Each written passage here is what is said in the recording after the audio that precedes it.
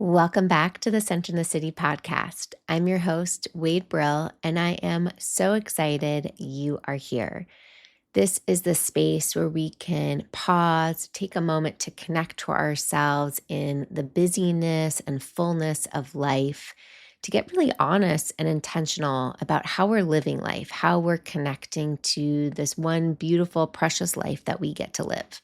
And as we step officially into the second half of the year, it is a beautiful opportunity to pause and reflect on what are the 6 months that I just lived? What have I learned? How have I lived it? What has felt really good? What do I want to celebrate about myself? And then also get clear on what gets to be next.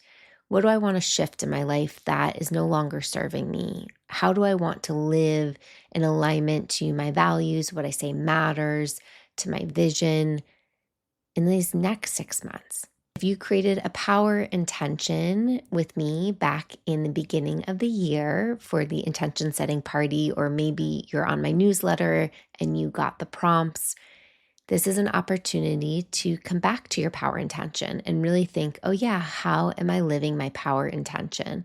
What am I learning from it? And how does it get to inform the choices and priorities I get to make in these next 6 months?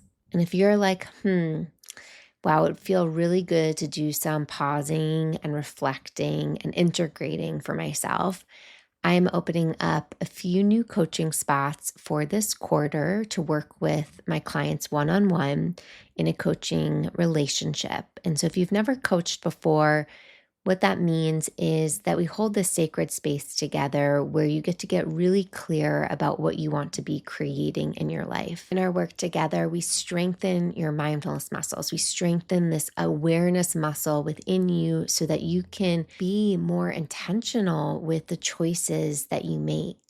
And we get really clear on building a whole toolkit for yourself of how to regulate your nervous systems, your mindset, your emotions, so you can be with your body, with yourself in really kind ways that give you more energy so that you can go after what you want. A lot of the coaching work I do are typically with women, but not just exclusively with women, but typically women who are in a moment of transition in their life. They're wanting to make some sort of shift in their career or relationships, or really looking for that romantic partner. They're wanting to build more inner confidence and joy and ease in their life. They're wanting to manage anxiety and overwhelm that tends to flood their system and leave them in a lot of analysis paralysis. So they feel kind of stuck and not knowing where to go, where to put their attention, or where to take action. And this is where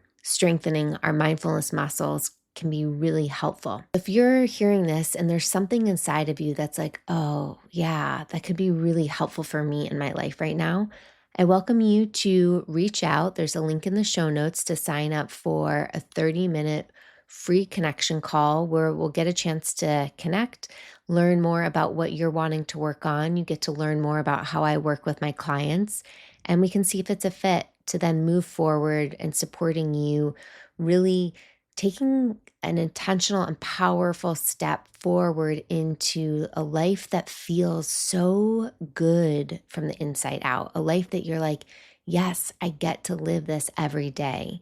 And how lucky and grateful am I? To learn more about this and sign up in the show notes. Now let's transition to today's solo podcast episode, where we're going to talk about how to nurture and water long distance friendships.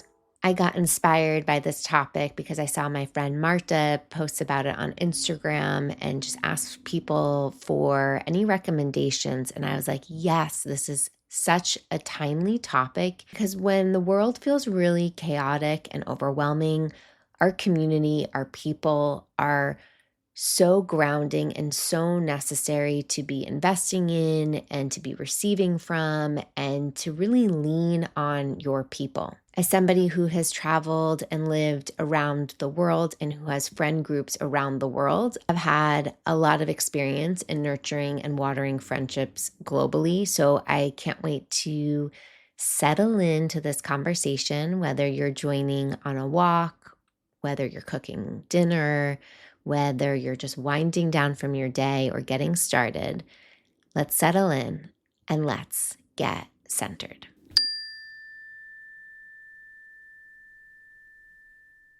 So, long distance friendships, right? These are the people that you love, the people who you've lived chapters of your life with, different time zones. And because life does this, life, you have maybe moved away or they've moved away. You've entered different paths.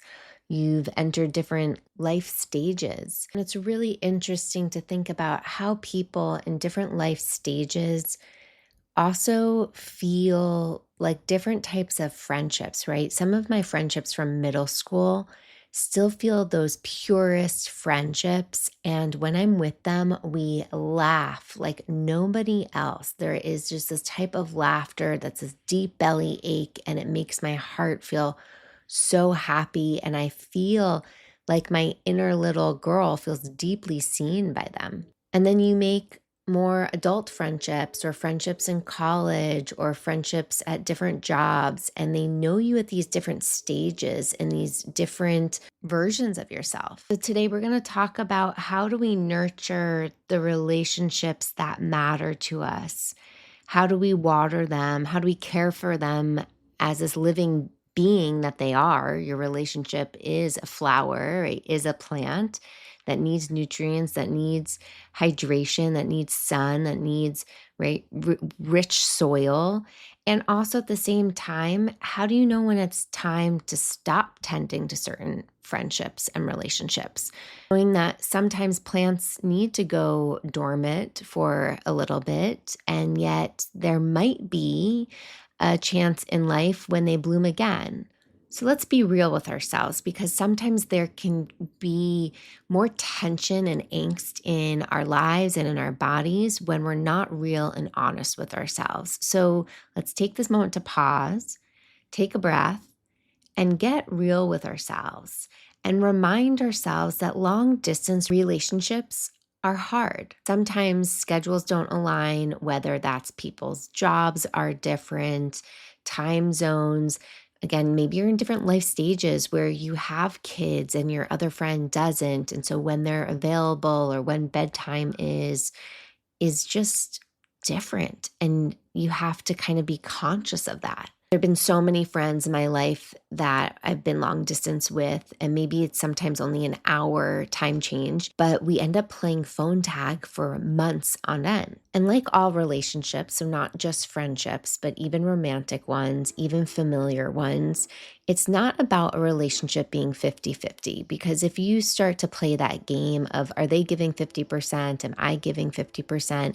It can start to create a lot of resentment and kind of like a scorekeeping kind of energy. Talked about in previous podcast episodes around thinking about your relationships in these different zones. So you water the relationships that are as close to you, your really close people, more often. And then those people who you're close to, but they're not maybe your besties, you water, but not as often. And then the people who are in your life but are at a greater distance, you then water even less occasionally, but you're still watering it. And then anybody kind of outside of those buckets, and again, if you want to go into more detail into this visual, I have a visual and a handout that you can use. So I'll share that other Center in the City episode with you that you can check out. But when you think about people outside of those zones, that's then an opportunity to reserve your energy because you don't need to water them. So let's talk first about the friends that you don't really need to water.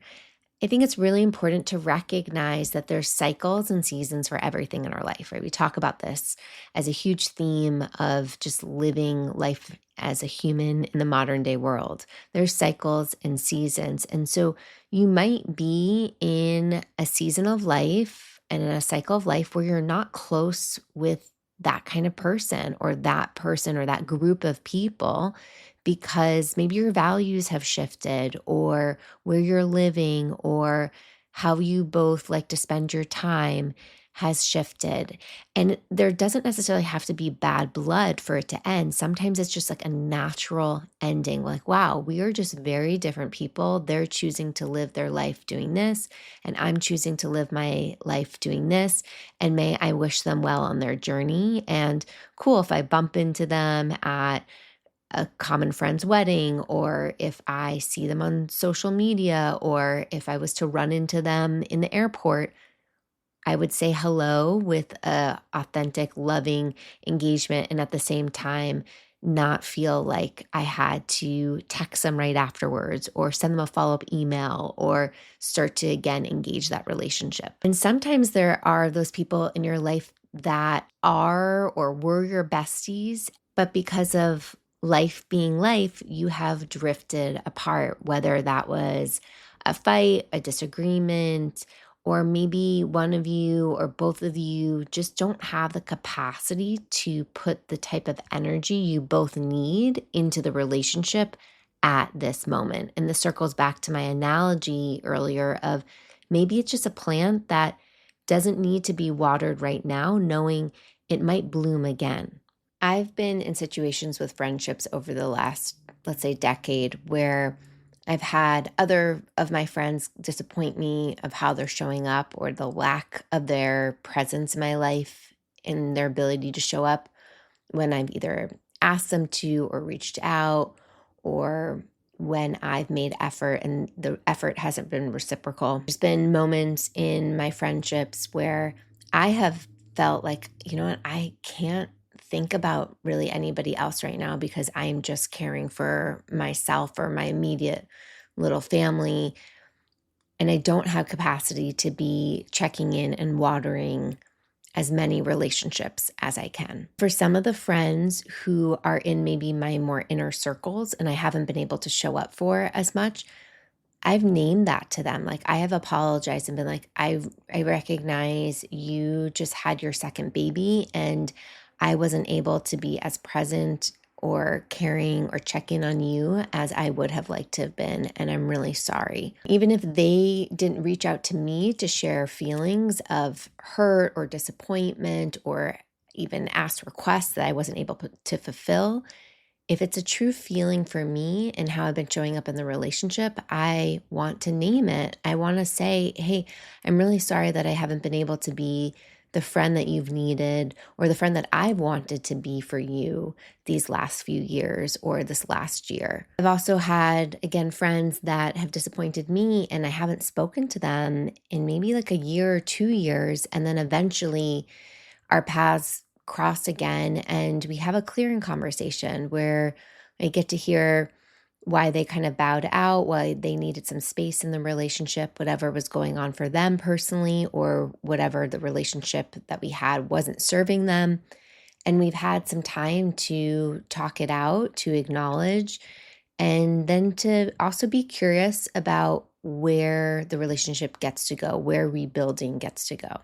I also have one of my besties from childhood who I love so much. I wish we were closer than we are right now. We're still good friends. And because we have that like deep, solid base from our childhood, it feels like no matter what, we'll still have that thread. Even if we don't talk to each other for a year, we could pick up right where we left off.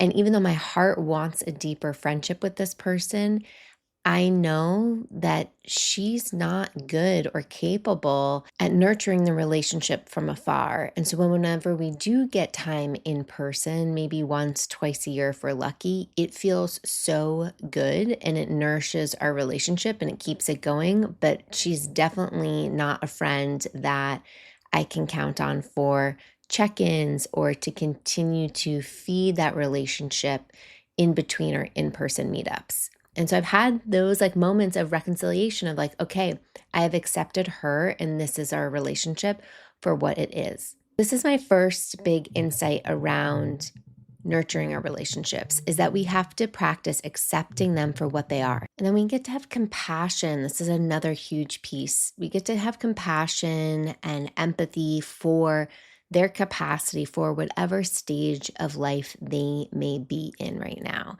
And if you are somebody who is single and all of your friends are married or having kids, you might feel like, ugh, like, why can't my friends make time or space for me?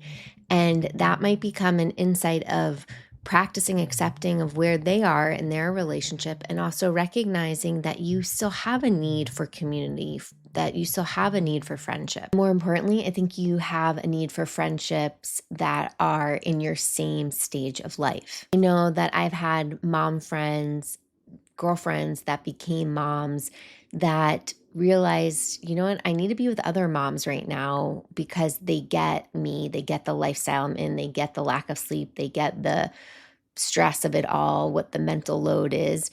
And they've pulled away from their maybe single girl friendships a little bit more as they spent more time with moms. And sometimes there is like an ouch of like, ouch. And there's grief of like, wow, I really miss that friendship. I miss our ability to go get a drink on a whim or do a workout class whenever we wanted or meet up, last minute or have those fun late night dinners and not have to get back for a babysitter. Like, whatever it is, there might be grief. There probably will be grief because relationships are this living, breathing thing that evolve, that change, that have these cycles and seasons.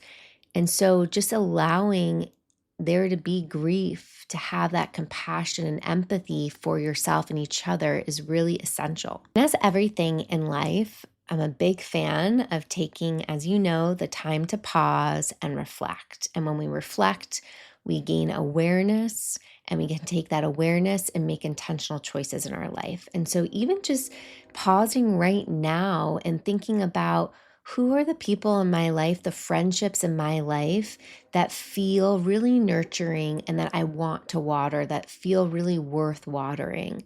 And what friendships are really no longer serving me or serving each other or serving the actual relationship, and being conscious of kind of what zone are they in. Again, going back to the previous episode that I mentioned at the beginning of this podcast, linked in the show notes, you can see the diagram and the visual that you can use to think about, okay, what zone is this friendship in? And being honest with yourself of how much time and attention do I have to put towards these relationships. Once you do this self audit, this curious moment to reflect, let's get into the part of how do we water long distance relationships. And I welcome, as we step into this conversation, to really drop the belief that there is a perfect way and a perfect moment and a perfect image of how to do this. With any relationships, there's different touch points, right? There's low touch points, there's medium touch points, and there's high touch points. And so you can think about watering relationships in these various dynamic ways. For instance, a text might be a low touch point. Sending them a reel on social media might be a low touch point. Medium to large touch points, again, these are different in different relationships, but might be sending flowers, sending gifts, sending a Venmo for, hey, coffee on me, might be sending a postcard.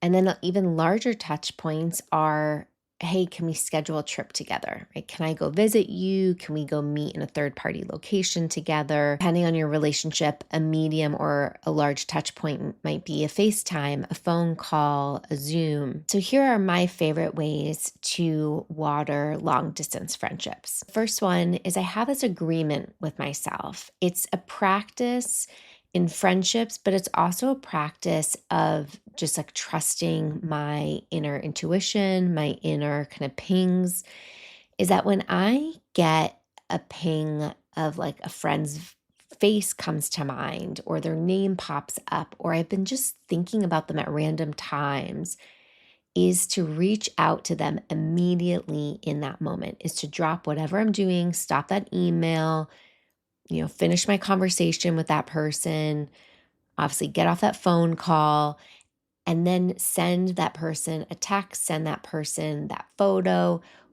maybe pick up my phone and give them a ring, but is to reach out to that person. So for instance, I have a friend who, one of their quirks, one of the things that, I love about them is that they mash up their scrambled eggs so small. It's just how they've always eaten scrambled eggs. It's something from their childhood, right? So this is a cute, endearing thing that you know about one of your besties. I made scrambled eggs the other week and I started to kind of chop them up really small for whatever reason. And I just got this ping of like, oh my God, this reminds me of my friend. And I paused what I was doing, grabbed my phone, snapped a pic, and I sent it to her. And just those moments of I'm thinking of you, you matter to me, really go a long distance.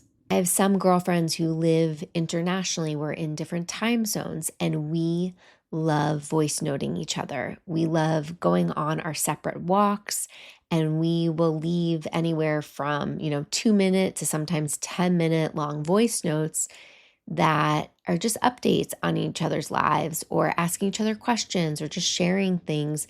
And it feels for me so heartwarming because I still feel present in their life. I feel like even though I can't maybe call them at any moment, I would like to, the ability to leave a voice note and share with them as if they were walking besides me on a walk is just so nourishing, and it's space to process my thoughts, space where I feel held, I don't feel judged, and I just feel grateful to have that sense of connection with them. I'll also say when I then listen to these long messages, it is also great inspiration to go for a walk and listen to them and to feel like they're right beside me and I'm receiving their updates and I get to hold that space for them. I also have other friends that despise voice notes, and as frustrating as it is for me, because I would just love to just drop some voice notes to them all the time, I know that's not how they like to receive communication. So I do my best to meet them where they are and text them or phone calls because that's how they roll. And then these medium to high touch points really do make a difference. Like when my book came out 6 weeks ago, I had a few of my closest girlfriends send me celebratory flowers. And it came out of nowhere and it was so sweet and made my heart so happy and so grateful to just have friends that I know wherever I am in the world are thinking of me and supporting me and cheering me on. When I have girlfriends that are giving birth or have a newborn, I really make the intentional effort to make some of my energy balls where the recipe is on Centered in the City, and I'll link it below. And they're really good for mothers breastfeeding to have the oats that help stimulate breast milk. And so I'll make an effort to make some of these energy balls and send it to them so that they feel nurtured and cared for, especially during a really vulnerable, challenging time. Another low touch example is I have a group of girlfriends we're all Tauruses. I have a lot of Tauruses in my life. And so we'll send each other some Taurus memes that we see out there in the world that makes us laugh. And so we just still, like, no matter how different we become or different directions our life has taken, the fact that we can still connect on that little point is meaningful. And to water that sense of connection is, I think, really helpful to keep the relationship alive. And then I have to say, one of the areas that I want to continue to grow in is trying to do intentional trips with my friends. I, being somebody who works for myself and has more flexibility with my schedule and has, more maybe time off or can work from anywhere, I try to, when I travel for business and pleasure and play, and that includes seeing friends, all kind of within the same trip. And so when I go to New York for work, I try to really see my people and make space to stay there longer so that I can not just see my family and friends, but I'm also able to do some work there and vice versa. When living in Europe this last beginning of the year, working from different places, I also tried to make an intentional effort to see my people wherever they were and try to coordinate get-togethers so that we're taking advantage of being as local to each other as possible. And as somebody, again, who has a little bit more flexibility, I don't have kids yet, I feel like I tend to be one of those friends that does make more of the effort in trying to accommodate other people's schedules. But knowing that I also have to listen to myself of what I'm capable and what feels good to me, and that I'm not just doing because I want to please the relationship. So it's a balance of making sure that this watering of this relationship is really coming from an authentic, genuine place, not just because I should be doing the thing, or because I've done it in the past, or because that's what people expect of me. If I get into that action of watering friendships, that leads down a road of being out of alignment with yourself, and it creates some dishonesty and dissonance in the relationship because it's not as authentic and genuine. So it's why it's so important to get clear on what relationships you want to be watering, and be then really intentional with the time, the energy, the resources you have of where you get to spend those resources. And then I also really want to normalize that, again, people change, relationships evolve. Sometimes we need to give relationships space, and that it's okay to also recognize that you miss somebody in your life, that you may have not spoken to somebody or watered a relationship in a while, but to reach out to them and say, again, I miss you. I feel distant. Can we reconnect? And we have to be open to whatever they're going to say, because they might say, hey, I miss you too, but I don't have capacity right now. Or I miss you too, I'd really like that. Or, hey, I really appreciate the message, and I think our lives are just going in different ways, and I wish you the best. And when we're watering our long-term relationships and we get to those points where when we talk, we're just in catch-up mode, to keep the relationship temporary is so important. But then to also be building new memories with one another in person is obviously best, but whatever you can do helps the relationship continue to grow. So you're not just at these catch-up points, but you're really investing in the next stage and continuing to grow together. And that can be as simple as, hey, I'm in town for business. Can we meet up for dinner? Or, hey, would you like to go on this trip together? Or, hey, there's this book I'm reading. I think you'd really love it. Do you want to do a little virtual book club? Or, hey, I thought of you listening to this podcast. I'd love to discuss it with you. I also have another friend that we've decided to do a course together. So we're doing a course virtually together, separate times. It's asynchronistic. And then we meet to discuss the course and to learn about the course together and to explore the skills that we're learning together. And it's a really fun way to keep our relationship present and dynamic. And we get to be the safe space to practice what we're learning in this course. So I welcome you to think about your relationships and really think about, is there anybody on your heart and your mind that you keep circling back to? Somebody that you're like, oh, shoot, I've been meaning to call them or text them. And I invite you to just pause in this moment, and whoever comes to mind, maybe a few people come to mind, take this moment to pause this episode, and I want you to text them. I want you to text them that I'm thinking of you. I want you to text them to say, hey, let's schedule a call. I want you to do something that lets them know that you are thinking about them, that they matter. And then I'm also curious, as you bring to mind these people, notice, are any of them friendships or past friendships that there's maybe some avoidance around? Like, I feel really guilty that I never kind of closed that chapter with them, or how they've been on my mind and our last conversation really ended weirdly and it's always been feeling out of alignment. And I just welcome you to note if there are any of those relationships. I have some on my own heart and mind as I'm sharing this. And I welcome you to, one, practice being compassionate again to yourself, to the maybe ouch that's present for feeling out of alignment for how you showed up. And then 2, to think about how do you want to get right with that relationship? Do you want to re-engage and just share a moment of like, hey, I hope you're well. I'm thinking of you.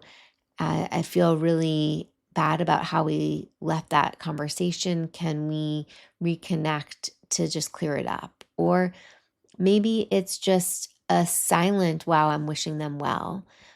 Or maybe there's something else that comes to mind that you want to do for that relationship. Now, important as it is to continue to nurture these long distance relationships that matter to us in our lives, I think it's also really important to think about, okay, who in your present day environment feels like nurturing relationships, and to keep those going as well. And I know in our busy, full lives, it can feel like we have limited capacity to feed all of these different relationships.